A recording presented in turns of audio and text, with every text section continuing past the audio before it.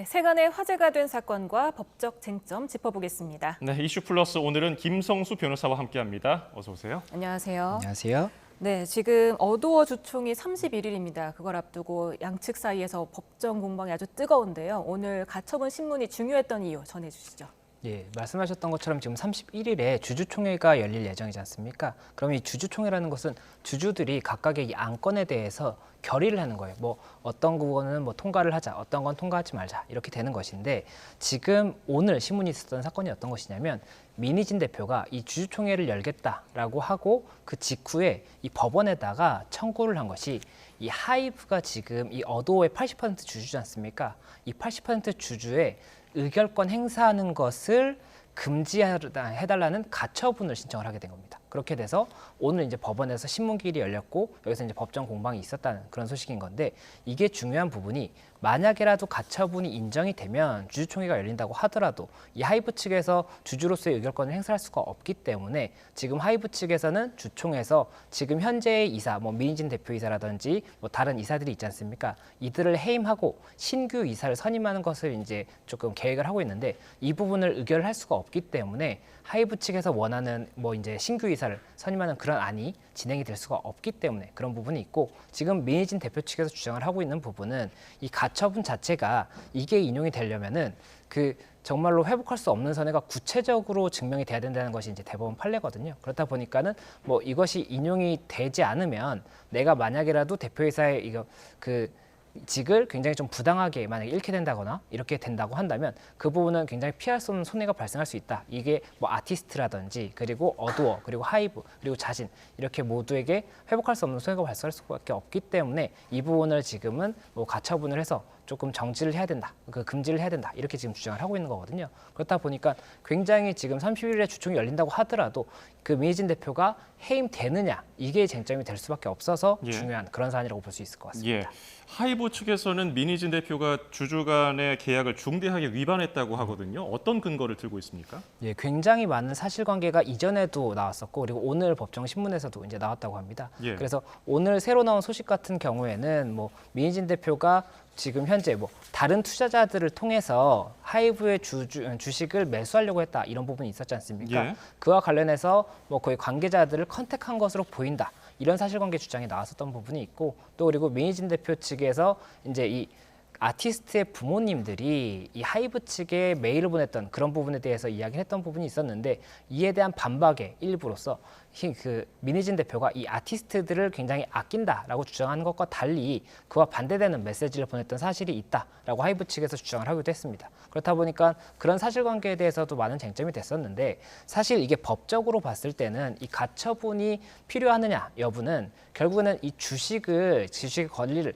행사하는 것이 정당하느냐인 것이지 이런 부차적인 사실관계로 볼 수는 없거든요. 그렇다 보니까 그런 부분들에 대해서는 아무래도 조금 별도의 사실관계인데도 재판부의 뭐 여러 가지 심증이라든지 이런 부분을 고려해서 주장을 한 것으로 보이고 다만 재판부에서는 결국은 이 가처분에 대해서 법리적으로 판단했을 때 어떻게 받아들일 것인가 이것이 쟁점이 될 수밖에 없고 그리고 이 의결권 행사금지 가처분 같은 경우에 통상적으로 신청을 하는 이유가 어떤 것이냐면 이게 회사라는 것은 주식을 가진 주주가 있는 겁니다. 주식회사라는 것은. 그리고 이 주주가 주인이라고 할 수가 있는 것인데 주주들은 뭐 이사의 해임이나 선임 같은 경우에 이 상법 385조 1항에 의해서 출석 주주 3분의 2 그리고 이 주식 총수의 3분의 1의 동의로 이 이사를 선임하거나 해임을 할 수가 있어요. 그렇다 보니까는 이 부분 관련해서 만약에라도 이 법적으로 인정되지 않을 수 있는 주주가 있을 수가 있습니다. 뭐 이게 내가 주식을 매도했는데 이게 무효였다든지 이런 부분 같은 경우에는 실제로는 내가 매도한 게 아니기 때문에 나한테 주식의 권리가 있는데 이 사람한테 넘어가 있는 걸로 이렇게 명시가 돼 있을 수가 있거든요.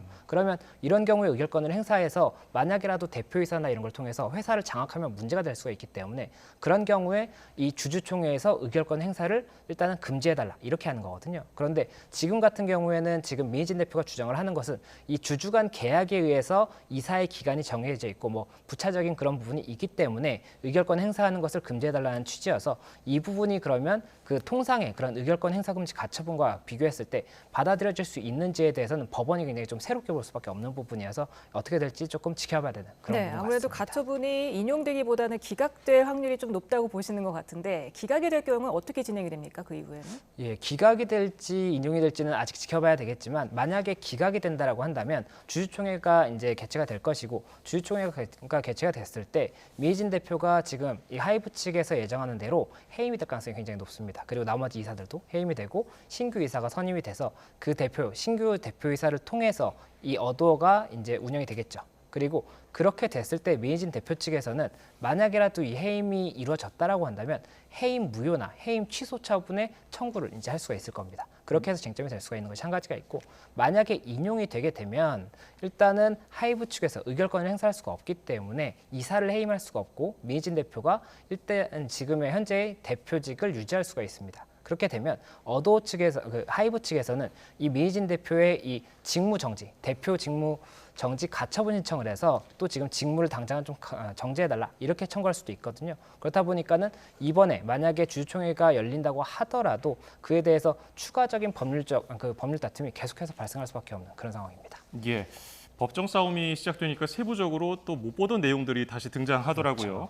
지금 부모님 뉴진스와 그 뉴진스 멤버들의 부모를 방패로 이용하고 있다고 이제 하이브 측에서 주장을 하기도 하는데 새로운 내용은 뭐가 나왔습니까? 예, 오늘 이제 나왔던 얘기 중에 민희진 대표와 측근 사이의 대화를 지금 공개를 했다라고 합니다. 그리고 예. 그 내용이 철없이 인기 연예인 되고 싶어서 난리난 애들 뒷바라지하는 것 끔찍. 이런 메시지가 지금 있었다라고 지금 보여드리고 있죠. 그래픽에서 나오는 것처럼 이런 내용이 있었고, 또 뭔 아티스트야 내가 아니라고 몇 번 말해 쟤네가 잘해서 뜬 게 아님, 이게 이제 민희진 대표와 측근 사이의 대화였다고 하이브 측에서 주장을 하고 있는 거거든요. 예. 그렇다 보니까 이런 대화가 있다는 걸 전제로 해서 하이브 측에서 이야기를 하는 것은 민희진 대표가 뉴진스의 부모라고 뭐 이렇게 주장을 하고 있는데 실질적으로는 뉴진스를 경제적 이득을 위한 방패막이로 이용을 하고 있는 것이지 뭐 어떤 부모라든지 그런 관계가 아니다, 이런 부분을 이제 주장을 했다는 소식입니다. 저런 대화는 어떻게 공개가 된 겁니까? 예, 일단 지금 이게 어떻게 확보됐는지에 대해서는 뭐 다양한 경로가 예상이 가능하기 때문에 정확하지는 않습니다. 그런데 지금 관계자들의 뭐 회사 휴대전화나 이런 것들을 확보한 부분도 있었을 것이고, 뭐 노트북이나 이런 것들, 회사 노트북 같은 경우에는 그 남아있는 자료에 대해서는 어느 정도의 감사가 이루어졌을 수가 있습니다. 그리고 또 회사 서버에 대해서도 감사가 이루어졌다는 이야기가 있기 때문에 그런 절차들 사이에서 뭐 사내 메신저였다든지 이메일이었다든지 이런 부분들을 통해서 자료가 확보된 것이 아닌가 생각이 되고, 그렇지만 일부 이런 자료 확보 과정에서 혹시라도 하이브 측이 불법적인 부분이 있었다라고 한다면 그 부분에 대해서는 또 추가적인 불법의 소지의 문제가 있지 않을까 생각이 됩니다. 예, 이런 대화가 민희진 대표가 경영권을 탈취하려는 그런 근거로서 이제 하이브 측에서 제시를 한 건데, 외부 투자자들을 접촉하면서 또 어떤 행위를 했다고도 주장을 했잖아요. 구체적으로 어떤 것을 했다고 하이브 측에서는 주장을 하는 겁니까? 예, 이게 지금 민희진 대표가, 그러니까 하이브 측 주장은 겁니다. 민희진 대표가 현재는 민희진 대표 측이 20% 정도의 지분을 가지고 있었고 예. 하이브 측이 80% 주주지 않습니까? 그러면 이 80%를 확보하는 방법은 하이브가 자발적으로 다른 이에게 이거를 매도하지 않는 이상은 매도하는 걸 뭐 강제할 수 있는 부분은 없는 겁니다. 그렇다 보니까는 이것을 매수해줄, 그리고 이 매수를 해주는 사람이 민희진 대표에게 굉장히 좀 친화적인 그런 사람이 매수를 해준다고 한다면 실질적인 회사 이 경영이나 이런 부분에 대한 지배권을 민희진 대표가 더 많이 행사할 수가 있을 것이기 때문에 예. 이 부분을 이제 매수해줄 만한 사람들을 일단은 좀 알아봤다라는 겁니다. 왜냐하면 이게 매수하려고 하는 뭐 의지가 있는 사람이 있다고 하더라도 실제 굉장히 많은 금전이 투여가 돼야 되기 때문에 그 정도의 금전이 있는 사람들이 이제 나서야 되거든요. 그렇다 보니까 지금 일단은 그 하이브 측에서 주장을 하는 것은 민희진 대표가 이렇게 굉장히 조금 큰 법인의 뭐 이런 좀 금전적인 능력이 있는 자들에 대해서 접선을 뭐 여러 가지 경로를 통해서 하려고 했다라고 지금 주장을 하고 있는 것이고, 미희진 대표 측에서는 그 부분 뭐 일부 사람들과 만난 것은 있지만 그것이 뭐 투자를 받기 위한 그런 부분이 아니라 뭐 개인적인 식사 자리였다든지 이렇게 지금 이야기를 하고 있어서 이에 대해서도 뭐 추가적인 사실 공방이 계속 있을 수밖에 없는 것 같습니다. 네, 민희진 대표 측은 자신이 내부 문제를 제기한 이후에 이 사태가 시작됐다고 주장을 하고 있습니다. 이른바 음반 밀어내기를 의혹을 제기했다는 건데요. 음반 밀어내기 뭡니까 정확히? 예, 일단 민희진 대표가 이야기를 하고 있는 것은 4월 16일에 메일을 보냈고 그때 당시에 이제 내용 중에 주된 내용이 음반 밀어내기나 이런 행위에 대해서 규탄하는 그런 내용이었다고 하는 겁니다. 그리고 말씀하셨던 그 음반 밀어내기가 무엇인가에 대해 설명을 드리면, 이게 그 발매가 되고 음반이 발매가 되고 일주일 동안의 판매량을 이렇게 집계하는 것이 굉장히 중요한 부분인데 예. 이 시기에 판매량을 높이기 위해서 이 판매사라든지 이런 부분들이 있지 않습니까? 이 판매사 같은 경우에는 많이 팔릴 것 같으면 많이 사두는 것이고 아니면은 이렇게 판매를 하다가 뭐 품절이 됐다 그러면 또 추가로 주문해서 많이 사는 것인데 처음부터 많은 양을 일단은 매수를 하게 하고 그 다음에 이것을 이제 판매할 수 있도록 이 아티스트들이 사인을 한다든지 이렇게 해서 판매를 촉진시켜 준다는 겁니다. 그렇게 해서 초동 물량을 늘려서 뭐 아무래도 조금 선점을 하는 시장 선점하는 그런 효과를 누린다라는 것인데 이런 행위를 이제 하이브 측에서 뭐 제안을 이제 아티스트들에게 했었고 그 부분에 대해서 이제 어도 측에서는 반발을 했었고 규탄을 하니까 그 이후에 이렇게 하이브 측에서 오히려 본인을 공격하는 그런 상황이다 이렇게 주장을 하고 있기 때문에 이 부분에 대해서도 사실 공방이 필요한 부분이고 하이브 측에서는 4월 22일에 이에 대한 답변으로 그런 사실이 없다라고 답변을 했다는 메일을 지금 공개를 했거든요. 그렇다 보니까는 그 부분 관련해서도 결국에는 양측의 주장이 어느 쪽이 맞는지 진실 공방이 있을 수밖에 없는 것 같습니다. 예. 자 그리고 민희진 대표의 대표직 유지 중대 결격 자유로 하이브가 또 제시하는 것이 무속인에 의존한 경영을 했다는 거 아니겠습니까? 이게 경영진을 해임할 만한 중대한 사유가 될 수 있나요?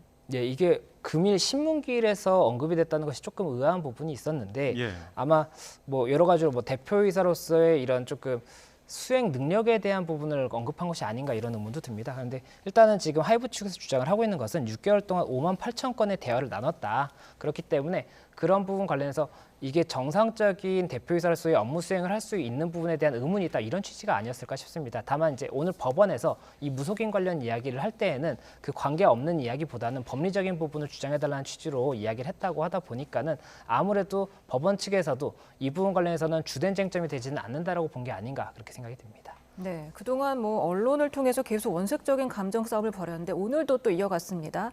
뭐 뉴진스를 차별 대우했다, 아니다. 뉴진스가 가스라이팅을 당한 거다, 민희진 대표에게 이런 얘기들이 오갔거든요. 어떻게 보셨습니까? 네, 맞습니다. 일단은 그 이전에 기자회견 때부터도 이야기가 됐던 것이 그 데뷔 시기의 선후 관계에 있어서도 조금 분쟁이 있었다라고 이야기를 하고 이후에도 이제 하이브 측에서 다른 아티스트들에 비해서 이 뉴진스에 대한 홍보나 이런 부분이 굉장히 조금 소극적이거나 오히려 좀 부정적인 입장이 있었다 이렇게 지금 민희진 대표 측은 주장을 하고 있거든요. 그래서 그런 부분 관련해서도 일단은 이게 이 가처분에서 쟁점이 될 수 있는지에 대해서도 봐야겠지만 여러 가지로 워낙 이제 관심을 많이 받고 있지 않습니까? 그리고 이 법원에 이런 이제 확인을 이제 사실관계 확인을 위한 뭐 기자분들도 많이 이제 방청을 했기 때문에 그런 부분까지 조금 감안을 해서 이런 사실관계도 주장이 된 것이 아닌가 싶은데 일단은 그렇게 뭐 일단 차별 대우를 받았다라고 주장을 하고 있는 것이고 하이브는 그렇지 않다라고 주장을 하고 있기 때문에 이에 대해서도 사실 공방이 있어야 되는 것인데 이번 가처분에서 이 부분이 중요하다고 보일지는 조금 의문이 있는 것 같습니다.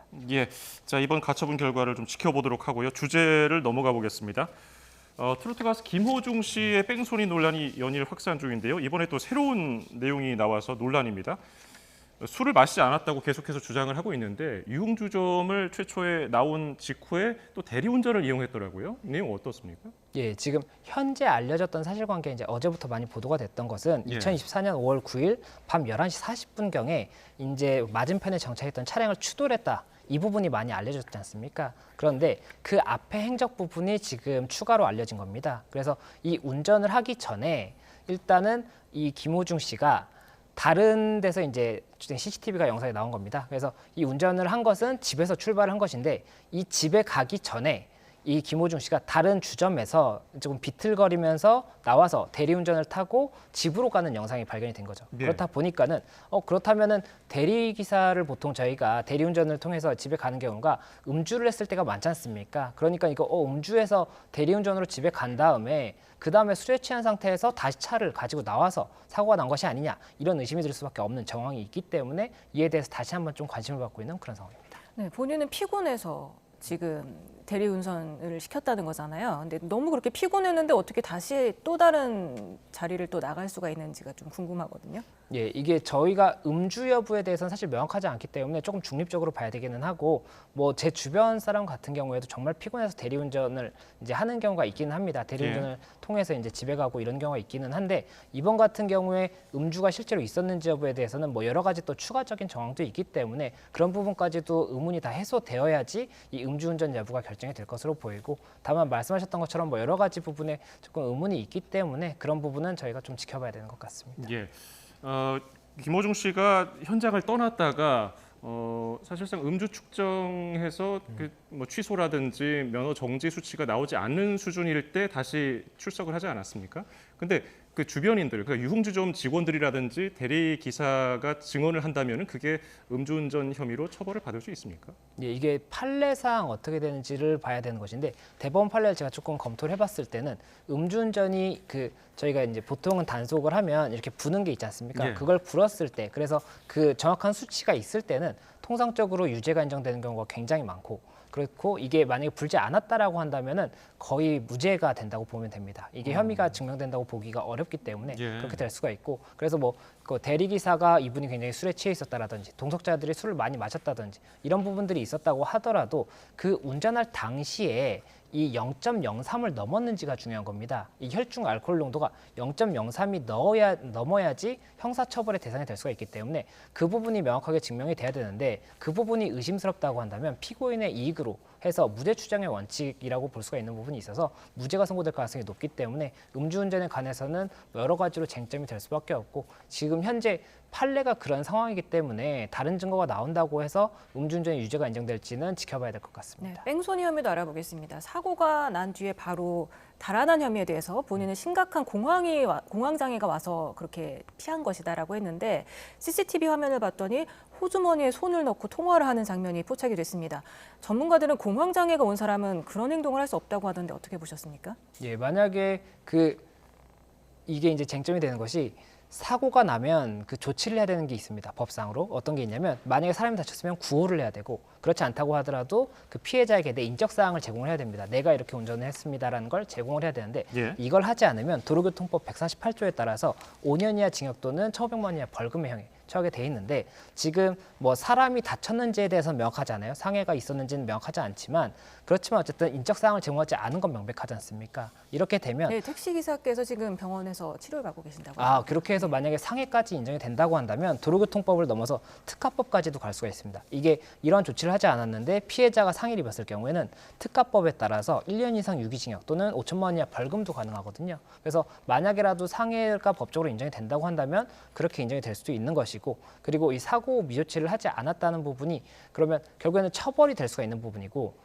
행위를 할 당시에 내가 공황장애라든지 이런 것으로 인해서 행위를 했다라고 한다면 심신미약이라든지 이런 이유로 해서 감형이 될 수 있는 여지는 있어요. 그런데 우리 법에서는 이 심신미약을 굉장히 좁게 인정하고 있기 때문에 이 주장이 있다고 하더라도 심신미약으로 인정되지 않을 가능성이 높고 그리고 만약에라도 정말 그 당시에는 공황이 발생하고 뭐 10분, 20분 있다가는 공황이 이제 풀렸을 수도 있는 거지 않습니까? 그런 부분은 명확하지 않기 때문에 그 부분은 저희가 조금 신중히 봐야 될 것 같습니다.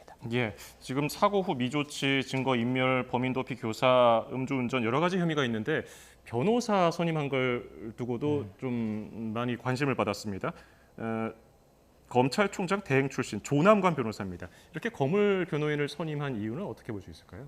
예, 여러 가지 가능성을 예상해 볼 수 있는데 당초에도 뭐 소속사 대표라든지 아니면 김호중 씨와 친분이 있어서 뭐 예전에도 뭐 법적인 게 궁금하거나 했으면은 자문을 받는 그런 사이였다라고 한다면 그렇기 때문에 변호인을 선임했을 수도 있는 것이고 그렇지 않다라고 하면 지금 어쨌든 사안이 굉장히 중하지 않습니까? 일단 김호중 씨 같은 경우에는 사고 미조치는 인정을 한 거예요. 예. 그러면 형사처벌이 될 수가 있기 때문에 이 검찰 단계에서도 이 기소 여부를 결정한다든지 죄명을 정함에 있어서 어느 정도 이런 좀 검찰 출신의 변호인이 있다고 한다면 이 검찰의 생례를 알 수 있으니까 대응에 있어서 아무래도 조금은 더 좀 적절한 대응을 할 수 있지 않을까 이렇게 기대한 것이 아닌가 생각이 됩니다. 경찰이 어제 저녁에 김우중 씨 집과 소속사를 압수수색을 하긴 했습니다만 이게 사고 나고 일주일이 지난 시점이었습니다. 너무 늦은 거 아니냐 이런 비판도 있더라고요. 예, 이게 9일에 이제 사고가 발생을 했었고 이제 그 다음 날에 매니저가 뭐 본인이 했다라고 자수를 하고 이런 해프닝이 있었습니다. 그리고 나서 14일에 압수수색 영장을 신청을 했었는데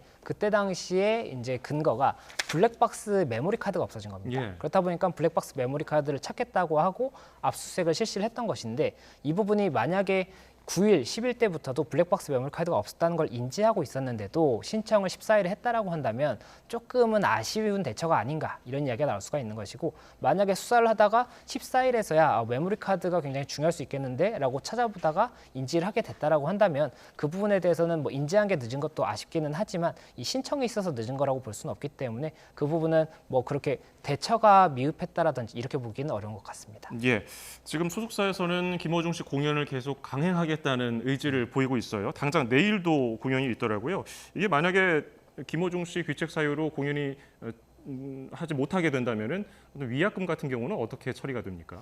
예, 지금 공연이 이제 앞두고 있는 것이 두 가지입니다. 하나가 트바로티 클래식 아레나 투어라는 것이고, 예. 이게 18일, 19일에 창원에서 있고 6월 1, 2일에 이제 김천에서 있습니다. 근데 이것 같은 경우에는 주최가 이제 다른 회사와 이제 소속사가 있고 주관사가 소속사입니다. 이렇게 되면 이 소속사에서 주관을 했기 때문에 주최사와의 위약금 약정이 있다라고 한다면 위약금이 발생을 하겠지만, 그렇지 않다라고 한다면은 위약금 약정에 대한 부분은 쟁점이 안 될 수도 있어요. 이게 아예 공연 자체가 취소되는 게 아니라면.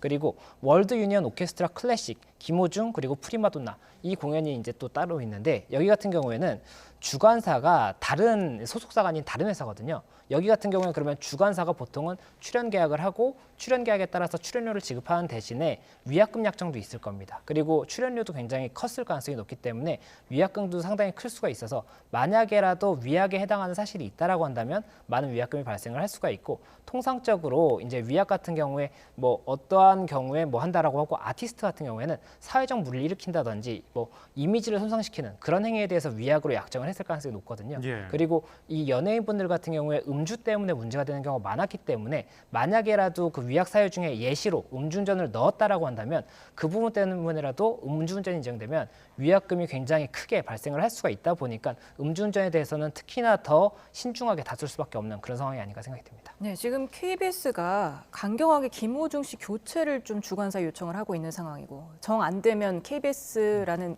문구를 빼라, 이렇게 지금 강경하게 나오는 입장입니다. 어떻게 가능할까요? 예, 지금 말씀드렸던 이 월드 유니언 오케스트라 클래식, 이게 주최사가 KBS였고 주관사가 이제 다른 회사인 건데, 이 주최사 같은 경우에 김호중 씨의 이런 상황에 대해서 일단은 김호중 씨 말고 다른 아티스트를 섭외했으면 좋겠다라는 입장을 밝히고 있고, 만약에 그게 안 된다고 한다면 주최사에서 KBS의 명을 이제 삭제를 해서 KBS의 명예가 훼손되지 않도록 해달라고 지금 이야기를 하고 있기 때문에, 이 주관사에서 그 부분 관련 어떠한 조치를 할 수 있는지를 봐야 될 것으로 보이고, 만약에 주관사에서 어떠한 적절한 조치를 하지 않았을 때 KBS 측에서 또 주관사에 대해서 어떤 책임을 물을지, 이런 부분을 조금 지켜봐야 될 것 같습니다. 예, 알겠습니다. 이슈플러스 오늘은 김성수 변호사와 함께했습니다. 고맙습니다. 감사합니다. 고맙습니다.